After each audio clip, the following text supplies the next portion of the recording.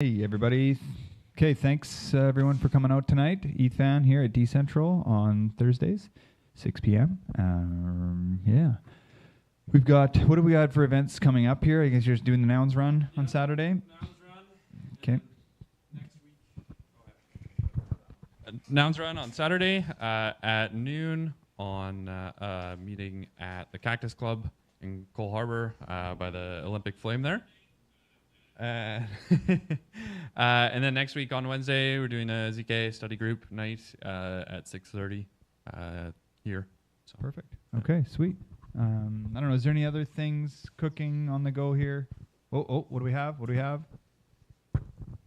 Yeah, this weekend, Puria and BLab, they're doing that AI hackathon. So we posted about that on Twitter, and also I think it's on the meetup page. So that's happening as well. Okay, perfect. And that's like here downtown, isn't it? Yeah, you gotta check the event. You can participate online. They also have a couple, like a venue booked on like a couple of the days for certain time slots. So you just gotta go and check in on the links there. Okay, sweet. Perfect. So yeah, if anybody's looking to do some hacking, get in on that. Yeah, check out their Twitter. Perfect. Yeah. I guess the only another little announcement here, actually quite a nice, sweet announcement. Thanks to the new protocol called Hieroglyphs, they have decided that 2% of earnings or kind of funds will go towards public goods. So half of it, the first chunk of this, of the 2%, so half of that, so 1% is going to Protocol Guild, which is like a big kind of big helper within the Ethereum ecosystem and being able to help kind of drive a bunch of really cool innovation. And they usually are just kind of doing it out of the goodness of their hearts, so they're always looking for donations and whatnot. And the other part of it has come to Decontrol. So really, really thrilled about that. Yeah. So that's pretty wicked. It's going to help with a little more sustainability around here. I know we were trying to figure all that stuff out. This helps dramatically. So pretty stoked that's pretty sweet. So nice little stimmy for Decontrol. So anyways, you didn't even know you needed a hero. Exactly. You just need to be. Yeah. So that's a cool thing. But I guess we can dive right into this now. Shipping cross-chain cargo. Good sir. Yoni, take us away. Hi, I'm Yoni. I'm calling myself the chief surveyor at DelvOps, which is my new outfit. And does anyone know what this is? It's an Egyptian hieroglyph. Recognize it? No one? Okay. That was worth a try. What is it? Oh, it's ads on block. You know, digging in. Oh. Okay. Well, it's not that relevant. Let's see. There we go. Okay. So I want to talk about cross-chain design types, maybe some benefits and drawbacks. I think we all know what happens with an earlier generation of bridges. And then I'm most interested in, because I feel like that problem maybe has been solved. Not solved, but minimized. We have a lot better protocols now, and we have new ones that are fairly secure, I think, but there's still the issue of backwards compatibility, which is important if we care about composability. And in a multi-chain future, things need to be composable, even things that existed prior to that standard being adopted. Make sense? Okay, so this is the way I see it. It's actually kind of complex. You know, when we say bridge, we don't just mean one single contract or one thing. It's a protocol with many components. I see it like this. There's probably other ways to break it down by different properties and schemes. Some of them are quite convoluted, but I see them as having these three main components: source and destination endpoints on either chain, whether those are contracts or just like API endpoints off chain, a messaging layer, or part of a node.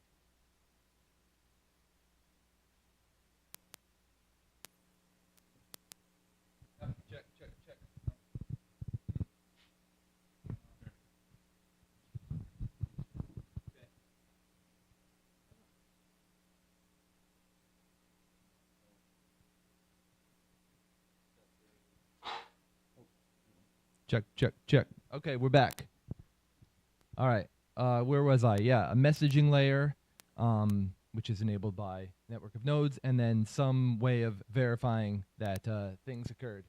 And that verification ends up being quite important for this operation. And you have different types of that. Trusted, where it's just, a multi-sig can intervene if it's optimistic kind of bridge, or single entity, which is not that great. And then what I call trust-ish, which is a network of relayers, oracles, validators. They perform a service to this messaging and verification layer. Maybe they do, they have different roles in it, and they need some kind of incentive, or they're run by one entity, and it just has many of these nodes. For instance, like Sky Mavis's Ronin bridge worked like that. It just had 5 of 8 or something like this that needed to sign off on a message to be valid.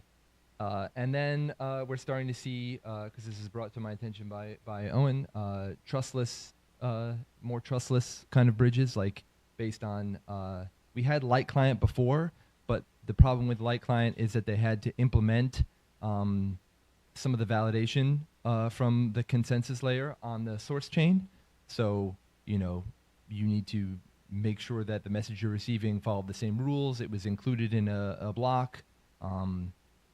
In the case of like an event being emitted on Ethereum, it becomes part of the block receipt or transaction receipt tree, and then you can reconstruct that and say like, okay, this definitely happened on Ethereum at some point, and I waited long enough for it to be finalized, and it's not going to be subject to a reorg or something like that. The ZK unlocks the Light Client for that because it's much harder to forge, and you just don't have a lot more info to attack or front run, but still not perfect. And so different types of bridge endpoints in the past, I think that I guess we still kind of see these. There's lock and mint or burn. Usually the burn happens on the destination. So you lock assets on the source in the contract. A message is passed, say an event is emitted. Bunch of nodes or whatever that verification scheme pick it up. They wait for it to be final. They check that it's good, and then they call something the endpoint on the destination, and then we get a mint. And the same in the reverse is that when we're going back to the original source chain where the asset maybe natively lived but it didn't have to, we burn that, so we have this kind of like conservation of value and assets. You're not if the asset's no longer backed by one-to-one by what's in the locked in the endpoint, you have a problem. Okay, we're going back to this.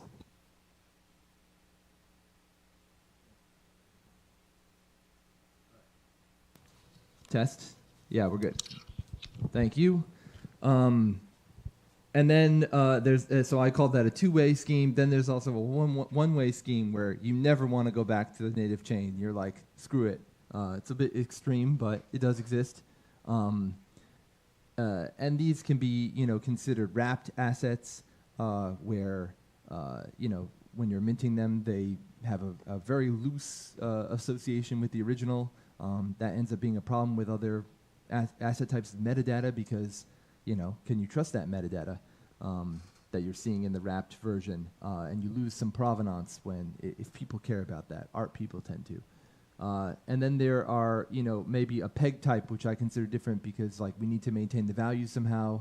An example of this would be Clone Protocol, which I think is fairly new on Solana, and that uses, from what I understand, because they're cagey with the details, but it uses dbridge and dbridge the project and oracles to decide, to issue kind of a synthetic asset that tracks the value of, say, Doge or something like that on Solana. So you can trade those nicely. Like I said, it enforces one-to-one in the supply.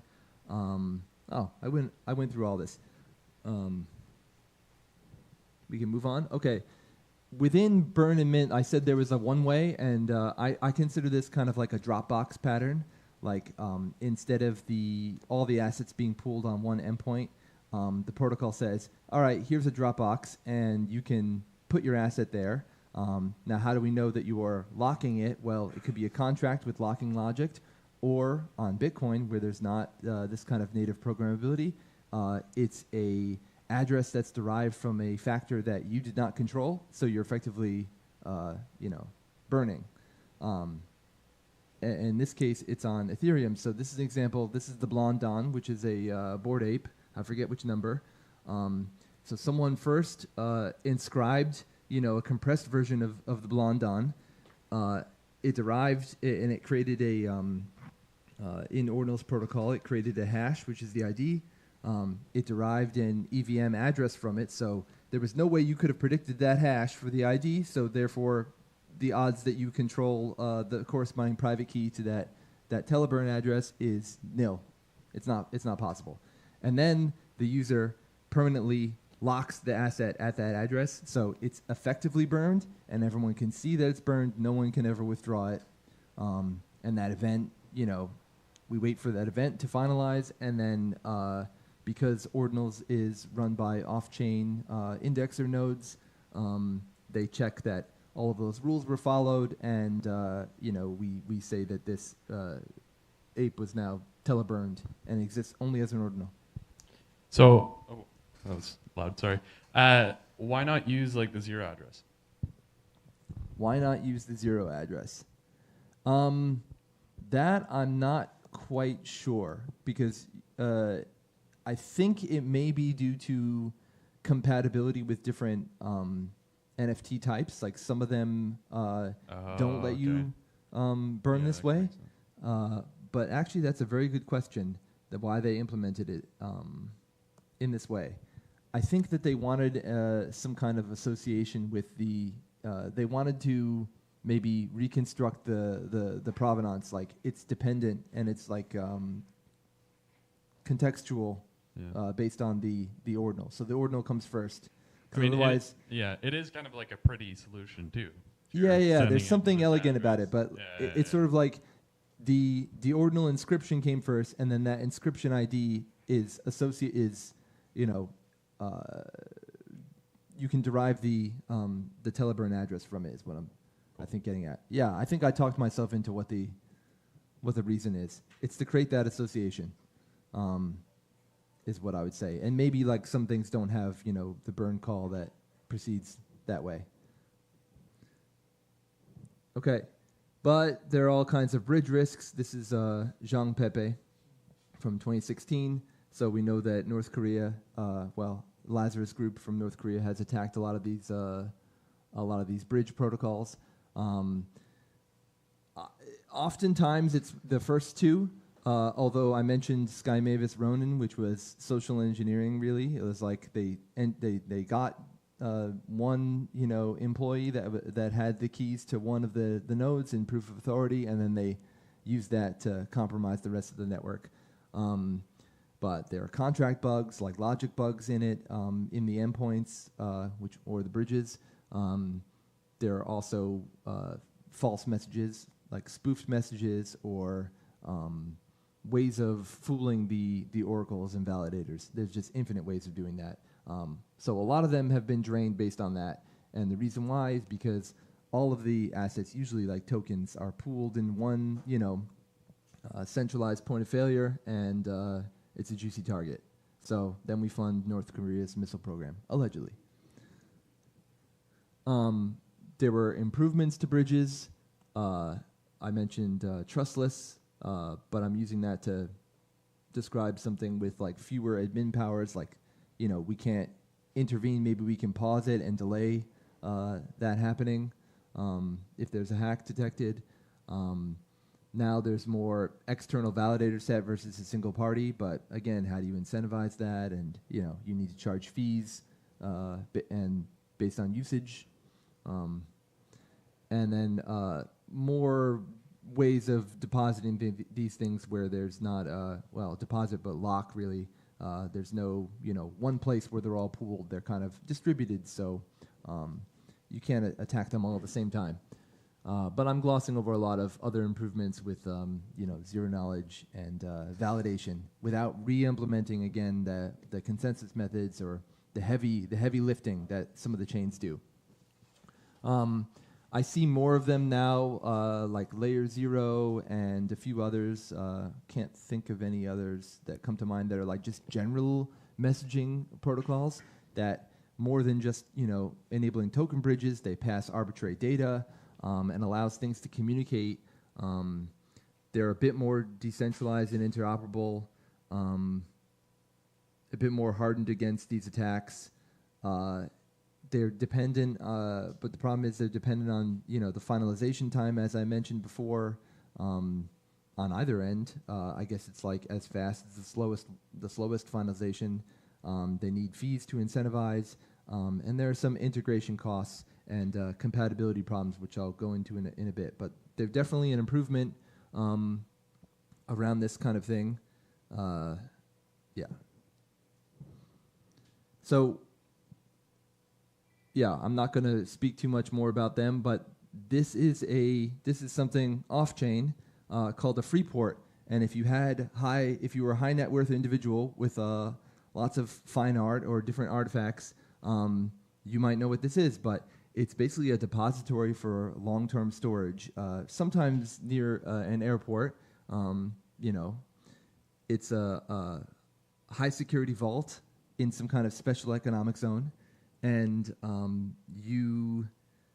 we can't tell like who owns the things in there. They're confidential, and whether they're paying taxes or not, probably not. They're in favorable jurisdictions. So I have Picasso. I deposited there, or maybe I bought it in an auction, and it goes there by default. And then no one knows that I own it. I'm anonymous, and I can actually trade the claims on it. So the object never leaves the facility, but it's maybe changing hands many times, and who knows if the taxes are being collected on that? Probably not. That's the whole point. So it's very interesting. Like, I guess those people who are the owners, they validate them in some way, and they can come and enjoy it. I can if Owen doesn't believe me that I own the Picasso, we can go fly to Switzerland, and they can let me into the facility, and then I can show him that I can access it. But we don't ever need to move it. It doesn't need to appear in my house, and I can still sell it to him. So I think that this pattern is very interesting, and we'll see why. So there is this notion of what I'm calling tokenized vault, although you could come up with many names for it. And I'm most interested in this Taurus network, which someone reminded me, because I didn't know this until recently. It powers Web3 auth, but in a slightly different way. So it's sort of they call it key management infrastructure, but I'm only interested in the distributed key generation and then conversely the recovery. It uses a custom DKG scheme called AVSS, which is somewhat asynchronous and is very atomic. If there's any kind of issue, it just fails. It can be done again, but it's not going to risk that there's malicious validators, passing false messages, spoofing, things like that. So it's very, very safe, very cautious. But the important part to remember is that it incorporates Shamir secret sharing, and who knows what that actually is? Is everyone familiar with what that is? It's basically like taking a secret and splitting it up into shares. In this case, it would be that a private key is generated, and then in the network, in some kind of secure, maybe a secure enclave or environment, and then it's split into shares, and only the shares leave and go and are custodied with different entities or different nodes, and you need 2 out of 3 or some kind of scheme, or maybe even all of them, to reconstruct that secret. So you have a question. It's an MPC protocol, right? It is an MPC protocol, but I think the difference is that with the DKG portion of it, they don't need to. What do they not need to do? It's asynchronous. They don't have to be. Yeah. They don't all need to respond to it. Is really what it is, to like reconstruct. Do you know what the AVSS stands for? It is asynchronous validator secret sharing or something like this. Okay. As far as I can tell, it's their own making. They've published original research on this. Okay. And it uses libp2p, which is kind of interesting as a messaging layer. The operators are names that you would recognize, like Binance, Etherscan, Scale, and they're probably already running nodes for these various chains, so it's quite easy for them to validate requests like this. So this is a diagram that I pulled from there, where we can see the shares. Some are on a user device, although this doesn't apply to the scheme that I'm interested in. So you could build any kind of scheme, sometimes for authentication, sometimes for social recovery or distributed recovery. It's very versatile. So we can just see that there's a network of nodes, and there is a way of calling it. It actually uses a bunch of different authentication, like OAuth tokens or JSON Web Token. Is that what it's called? Yeah. To make sure that the key is only reconstructed on the front end. So the protocol that I'm interested in, called Emblem, that uses Taurus, uses the Taurus DKG service to create new key shares. So the first step is it creates a new private key and distributes the share. It creates a new key pair so that we have a public key which is revealed, and that is used to derive a native chain deposit address. So we know what that is, right? Then I can say I can take a coin or an asset of any kind, say on Bitcoin, and I can deposit it into that vault, and it's reflected in the state of an NFT where I'm the owner.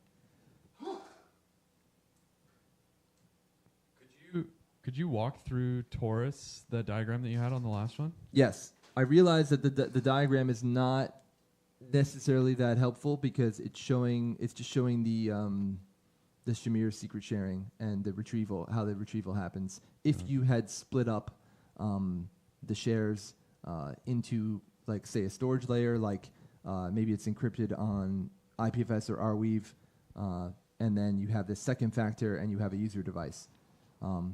It's not necessarily the DKG,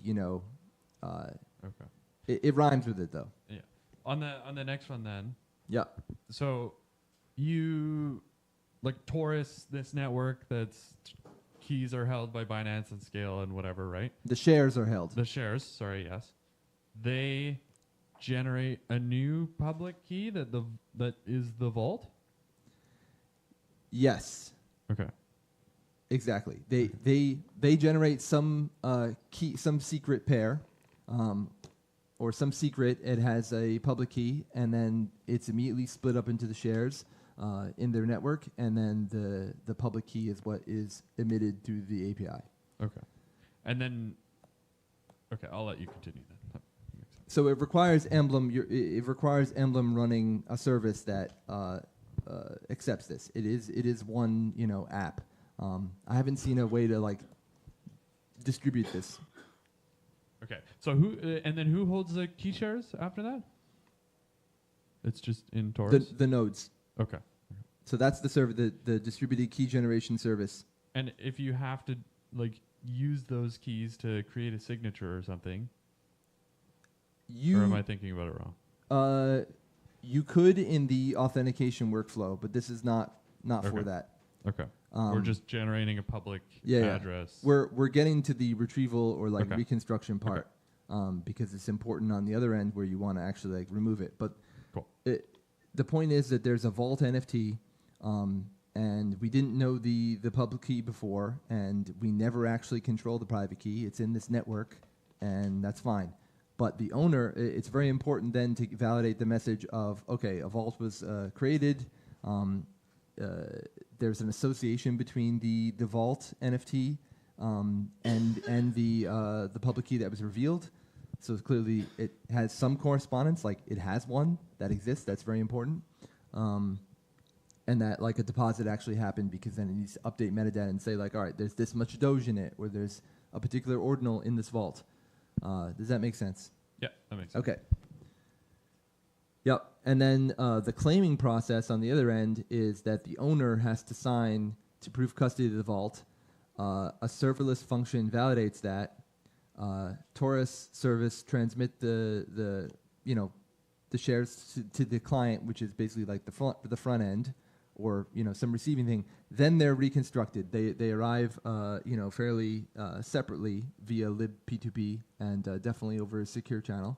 The vault is burnt, and then that event is validated. So there's a delay again. This is like the finalization time, and we reveal the private key once. So if your machine, before you copy that private key, or sometimes in mnemonic seed before that happens, if your machine shuts down or you're gone. That's the very critical time where you get it. You only get it once. The network will never use that secret again. So you call this burn on the vault, and then then it emits an event. It emits an event. Yeah. This happens on Ethereum, by the way, like Emblem Protocol. But the vault addresses are, this is the whole point, is that they are, they can be on proof of work chains. They can be on other chains that don't have programmability whatsoever. It's just some public address. Yeah. If they implement elliptic curve signatures, and you can do a BIP39 kind of how would you thing with it, burn it, or a BIP31? Like not a. How would you burn it if it's not if there's like no burn function on the? There always network? is it will only exist on EVM chains where you can do that. Okay, so you burn it, it emits So an it's event. not arbitrary, like chain to chain kind of thing. Yeah. But you burn it, it emits an event, and you get the keys? How do you determine who gets the keys? The client gets the keys. Okay. But who's the client?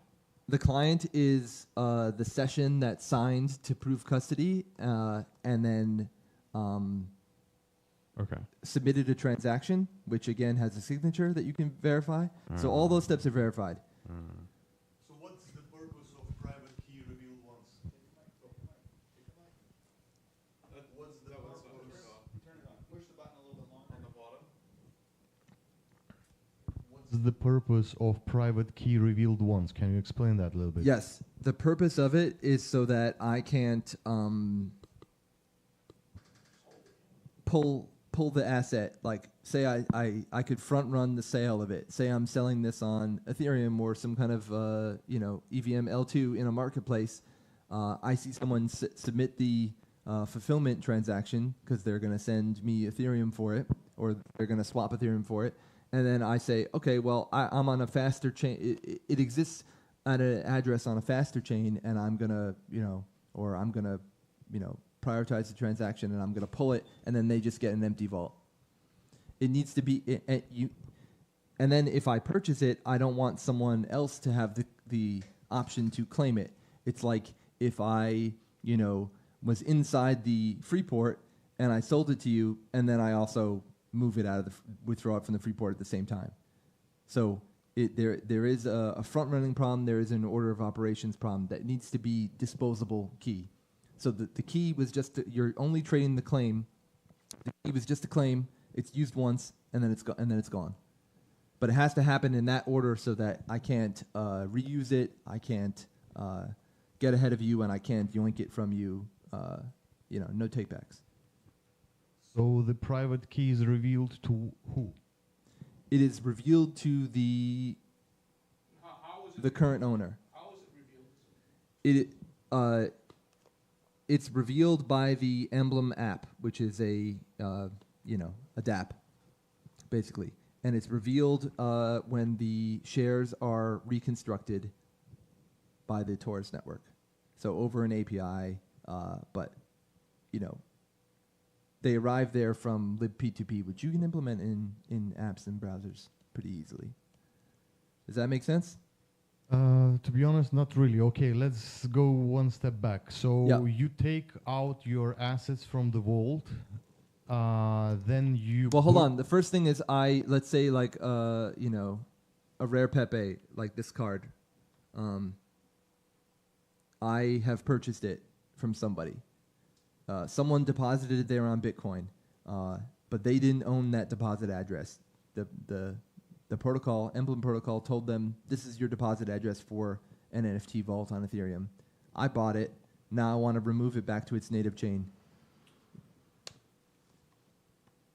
So, Sounds complicated, to be honest. well, you don't need to worry. I guess it's like, just like the Freeport, you don't have to ever claim it. You don't ever have to pull it to its native chain. It can live in a place with liquidity, like you know, Ethereum marketplace forever.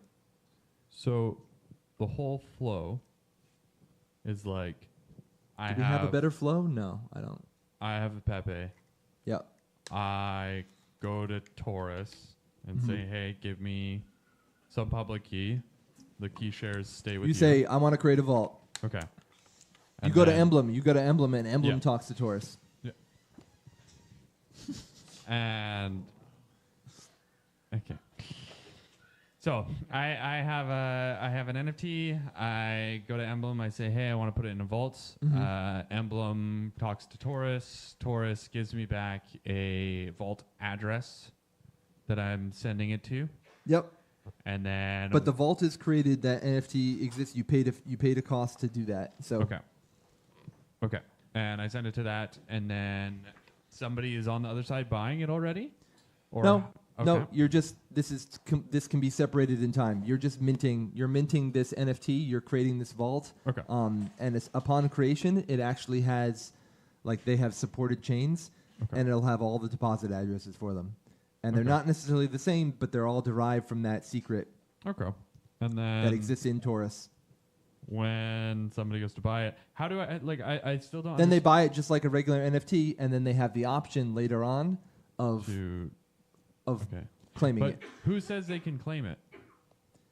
Who says they can claim it? Yeah, like how are we validating that the Taurus shares get sent to the right person? Because they signed to prove custody of the vault. Okay. And they sign, the way that they sign is they submit a burn transaction. They actually Okay. sign in, you know, just like any other dApp, they sign Yes. in first. It's like, okay, you're not spoofing the address that's connecting. Okay. So we can check like As a this provider. vault, owner of vault is Yeah. my address, No, and yeah, I signed something with my address. You are the message sender. You've signed arbitrary data. We have that. Okay. You've submitted the burn transaction. There's a signature inherent in that. Okay. The burn transaction was finalized on Ethereum. Okay. That's relatively easy. Okay. Okay. I think I get it. Yeah. And we give we give you the reconstructed private key once. Okay. So it is in that critical window, but again, just like the Freeport, you don't ever necessarily need to do that, especially where you have these older. The whole point is that you have these older. I'll get to it in the next slide. Okay. But you have these older assets where maybe you don't ever. Maybe that chain actually goes and it disappears. Yeah. But it doesn't matter because you still have the But vault. everyone can check based on this Yeah. metadata and I guess like the SDK, different parts of this API that was a rare Pepe from 2016. Okay, that's interesting.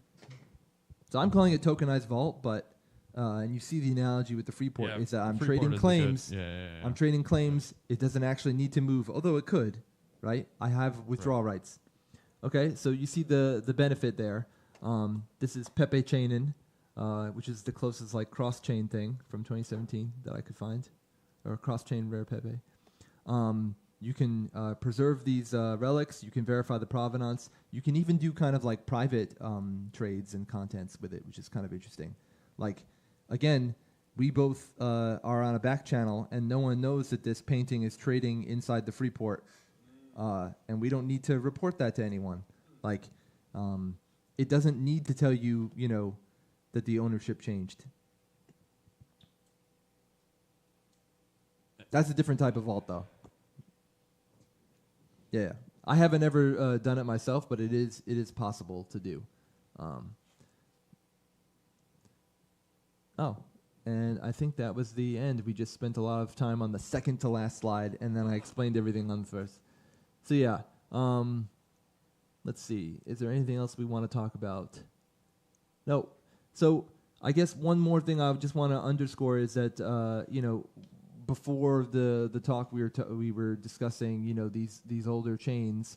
I think the one that everyone now gets is like Bitcoin because ordinals became popular, but or the ordinal protocol and all these things downstream of that. Now there's like all these meta protocols, but Counterparty was first, and it was just hard to use the Counterparty DEX. There were a lot of features that people didn't care about or were confusing, but it was one of the first Bitcoin meta protocols like that. And this allows you to do this on EVM chains, which everyone understands, and the learning curve is a lot, more shallow, and it's easier to do, and you unlock liquidity. But you could do this, say, for like coins from the native assets from these other older chains that you can't get on exchange for whatever reason that have low liquidity, such as Namecoin from 2011 or otherwise. Now it's, of course, there's all these chains that have programmability. They have smart contracts of some kind. They probably use elliptic curve and key pairs, and they implement all the BIPs that Bitcoin made pretty standard. So you can integrate them with such a protocol. So whether DKG or Emblem specifically, which now has an SDK. Okay. Let's say you had a fungible token. Yeah. You create. I guess you could have like one vault and then have some logic on the chain that like.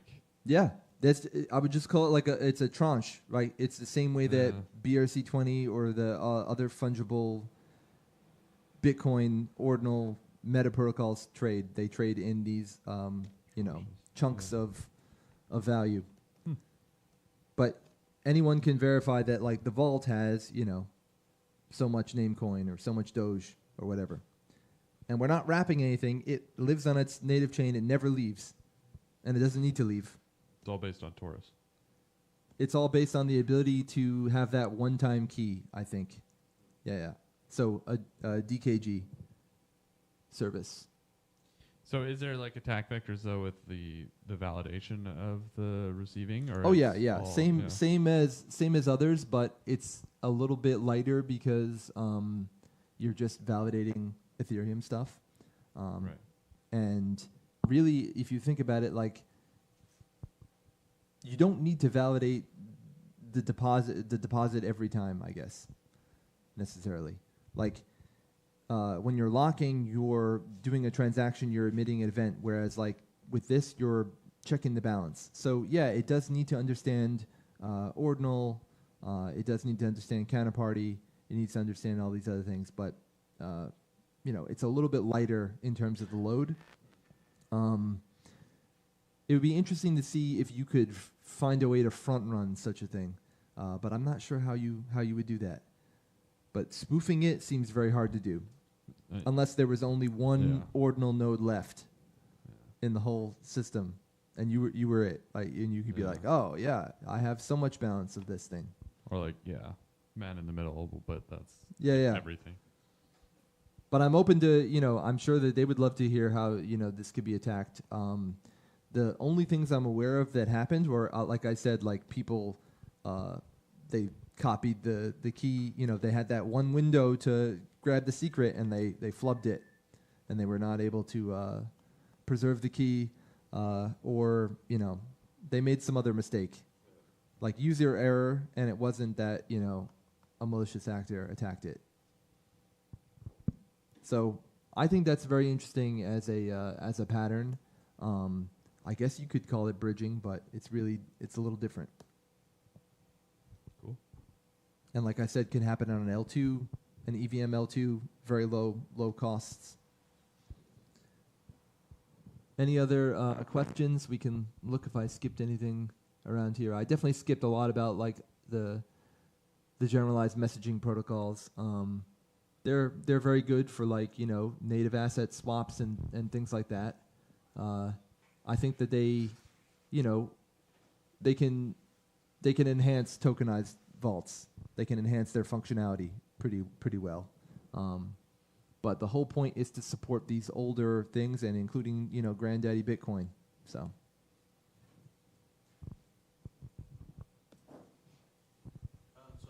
I had a question on the messaging protocols. Yeah. Can I actually become a validator to these protocols like CCTP or Layer 0? Yeah, I think that you can become a relayer. Let's say, I'm pretty sure the Oracle networks, like say Pith, right, which is mostly for price feeds for traders, they will all have their own requirements, but you probably are not just, you know, I don't know, just a guy they don't know, some entity they don't know, and saying, I can provide a reliable price feed, you know. They're not going to trust that. They're probably going to be, you know, have an application and vetting process, and you're probably an institution. But as a relayer, yeah, I mean, you want decentralized relayers. You want a lot of different actors. So you could participate, but are you incentivized to do so? Or are you just like, you know, do you just like to do it? You're not, you know, you're pretty much existing at the messaging or the verification layer is the way I see it. And probably the verification layer as a light client and not as messaging, because then, you know, again, you're paying for networking costs, relaying messages. What's in it for you, you know? Could you explain what a relayer does? The relayer just makes sure that the message comes from, they witness a message on a source chain and they pass it to destination, or vice versa. They pass it between the endpoints or in a network, in a topology, like between the nodes, which I thought. So they don't really verify that it's not spoofed or something? No, you probably want to keep them separate. Although they can do that, right? I guess they call them attesters sometimes. But for performance reasons, you kind of want, you know, the messaging to, or the relaying to happen as quick as possible, and then we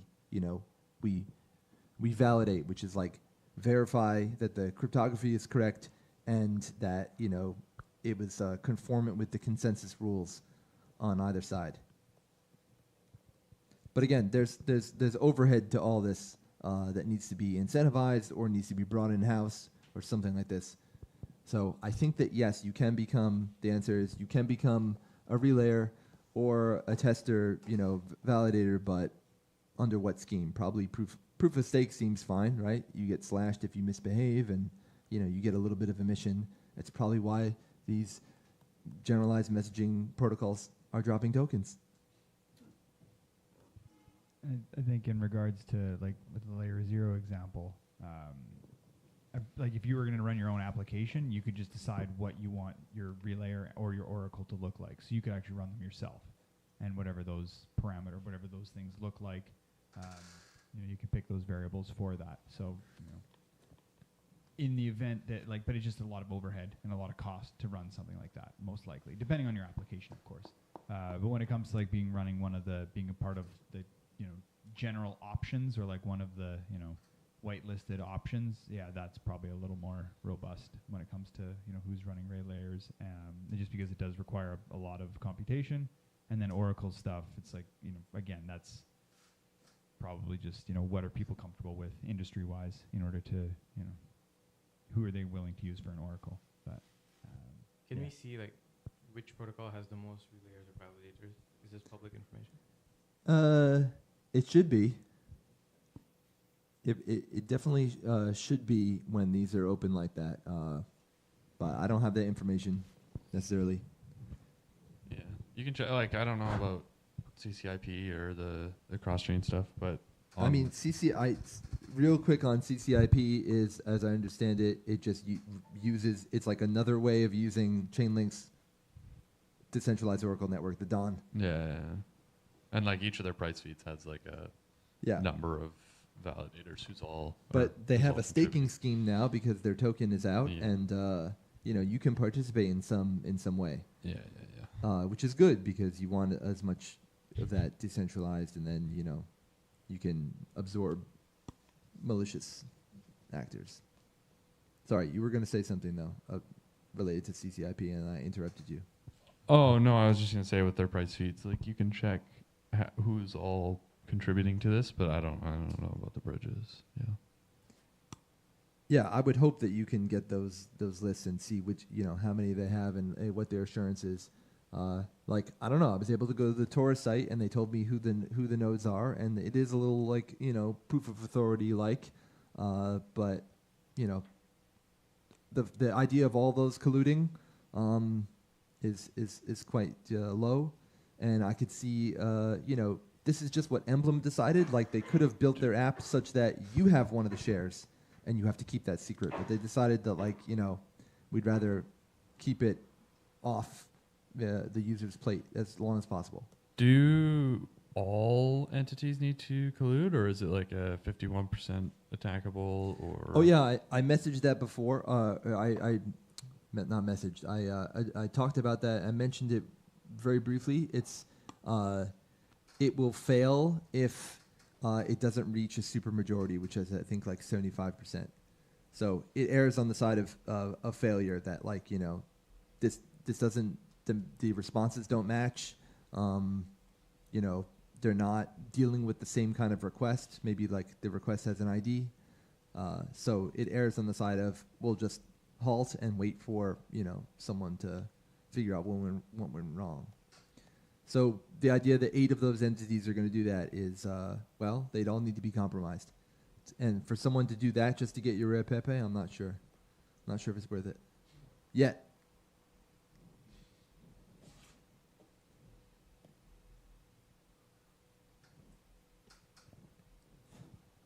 Okay. Any further questions?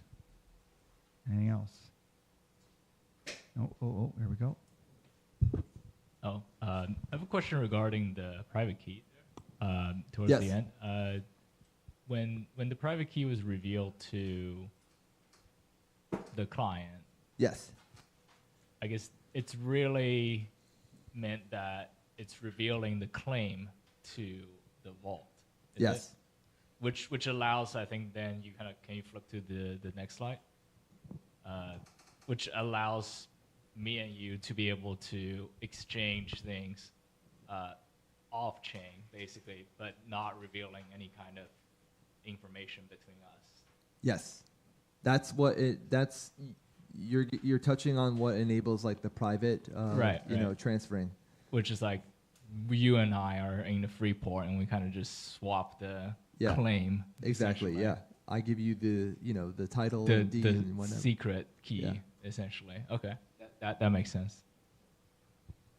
Yeah, but it is very important that those things when they're in motion, like when they're being transmitted, that they're not being collected by as Owen said, like man in the middle. There's there are security posture that it needs to maintain. But the more shares you have and the better that is, the less chance of that happening. Yeah, I guess like the like the Torus network itself, if you can, worst case scenario is you fail to retrieve the asset, and then like I guess it's kind of like if you didn't see the keys at the time, you can never withdraw it to the source chain, but you kind of still own it. It's like, right? You were the last owner. I guess if there's any association saying that I'm the one that initiated the DKG on Taurus, right? In that sense, I guess I kind of own it. You were definitely the last owner, but like the vault is burned, and the asset exists forever at an address that was associated with the vault. It's like the one-way bridge that you mentioned. Yeah, it's the one way. So I mean, yeah, it actually kind of reminds me also of the Rhinestones. If you remember this, this was like a Bitcoiner thing a long time ago. They were like looking back in monetary history, but they were just like really large stones. I forget what part of the world. I think it's Polynesian society or nation, and they were trading these large, stone sculptures that were very valuable and like hard to make. And then they would just keep track of the ownership of them. And then one time they were, move them around when they could, and they were transporting one of them by boat, and it sank into the lake, and it could never be retrieved again. Like the cost would be, you couldn't do it. But we still would trade the claim on that, even though like it's lost and no one can ever appreciate it again. But it's like that is not the point, right? The custody is like incidental to the thing, which is I think what I'm touching on. Does anyone remember that? Like I feel like that was like a trope. You would always see this about the rye stones. I remember hearing about this. Okay. Yeah. Yeah. Because it was just showing that like you don't actually need to hold the physical asset. It's just the Yeah. idea or the kind of giving off like the private key vibe, right? It's just Yeah. they exist on the blockchain and you just like exchange private keys essentially, or you're trading the account. Yeah. the accounting Everyone in your of it. village knows that you own the sunken rye stone, and like actually it might be even more valuable, but like you can never display it. Yeah. Yeah, it's sort of getting people to appreciate like the ephemeral nature of this didn't start with digital assets. Is the way I would explain it.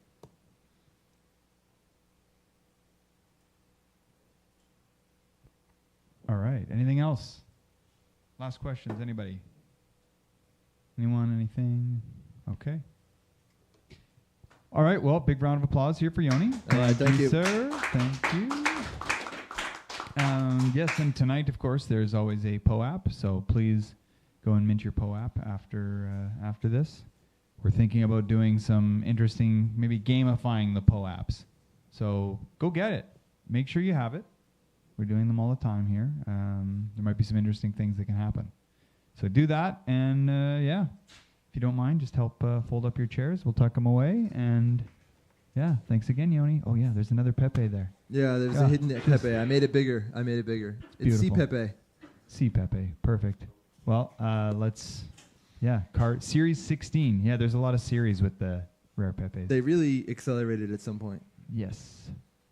Okay, sweet. Thanks, everybody. See you next week.